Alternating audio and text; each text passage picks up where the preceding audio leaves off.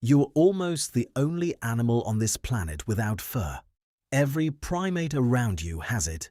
You don't. Was that a mistake, or the most useful thing evolution ever did to your body? And why does your head still have hair while the rest of you is almost bare? And what does any of that have to do with why skin comes in so many different colors? Start with the strangest one. You're almost completely hairless.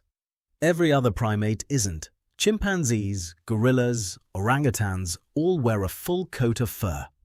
Ever wonder why you're the exception? For a long time, scientists assumed early humans lost their hair just to stay cool, or by accident. In 2004, that assumption broke. Harvard anthropologist Daniel Lieberman and University of Utah biologist Dennis Bramble published a study in Nature with a sharper claim. Ancient humans lost their hair to hunt, not faster, more relentless. Pair hairless skin with a dense network of sweat glands and you get a body that cools itself while it keeps moving. Researchers studying persistence hunting in the Kalahari have watched hunters pick one animal, a kudu, say, and simply run after it for hours in the hottest part of the day.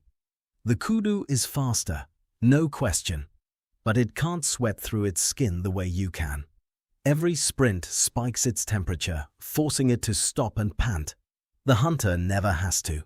Eventually, the kudu's body can't dump heat fast enough and it collapses, not from exhaustion, from heat. That system never left you. Have you ever noticed how a long walk on a hot day barely phases you while a dog right next to you is already panting? That's not coincidence. It's 2 million years of cooling engineering still running in your skin right now. It's the reason a trained human today can outlast almost any land animal alive over distance. And the entire sport of marathon and ultra running exists because that system still works exactly like it did back then. The trade-off is smaller than the upside. Strip away the fur that used to shield your skin, and it burns and ages faster under direct sun than a furred animal's ever would, which is exactly why sunscreen exists for humans and almost no other mammal on Earth. But if losing hair was just about shedding heat, one thing doesn't add up. Your head never went bald the way the rest of you did. Why would evolution leave hair on the one spot getting hit hardest by the sun? Because the scalp was never solving the same problem. It was solving the opposite one. Walking upright under open sky puts the top of your head directly under the harshest sun your body faces. Thick hair up there works less like a sweater, more like a parasol, blocking heat from above while the rest of your skin stayed bare to release it. That parasol is still doing its job for anyone with a full head of hair. And it's a big part of why scalp sunburn is rare compared to sunburn anywhere else on an exposed body. So next time you're out in the sun for hours and your scalp barely notices, that's two opposite cooling systems working in perfect coordination on the same body. The one place this trade shows its cost is in pattern baldness, which affects roughly half of men by their 50s. Every one of them loses that built-in parasol earlier than evolution ever planned for, which is why dermatologists flag the scalp as an overlooked spot for sun damage in bald and balding men. But the scalp wasn't the only surface evolution had to figure out once the fur was gone.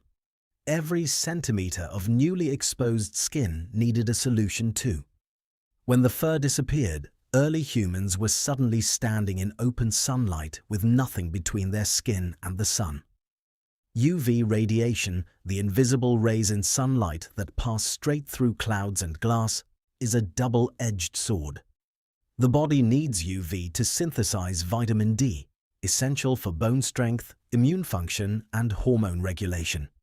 But too much UV damages DNA inside your skin cells, accelerates aging, raises the risk of skin cancer, and breaks down folate, a vitamin essential for healthy fetal development. In short, UV is something your skin has to manage carefully every single day. The body's answer to that balancing act was melanin, a natural coloring substance sitting just beneath the skin surface. The more melanin your skin produces, the darker it appears. But melanin's real job is to absorb UV before it penetrates deep enough to damage the cells below. Populations closest to the equator evolved the highest melanin concentrations, not because darker skin is better, but because it's what their bodies needed to thrive under that sun. The trade-off shows up when people move, and it still does today. People with dark skin living in low sunlight countries like Norway or Canada are significantly more likely to be vitamin D deficient. Too much melanin blocking the UV their bones and immune system depend on. People with light skin living near the equator face the opposite. Not enough melanin to filter the intense UV, leading to higher rates of DNA damage, accelerated aging, and skin cancer. Most animals evolved to fit their environment. Your skin evolved to handle whatever environment throws at it. Hair blocking heat on top, bare skin and sweat glands releasing it across the rest, and melanin quietly controlling how much UV penetrates your skin. It's still proving that every time you step outside. Isn't that exactly what makes your body one of nature's most elegant contradictions?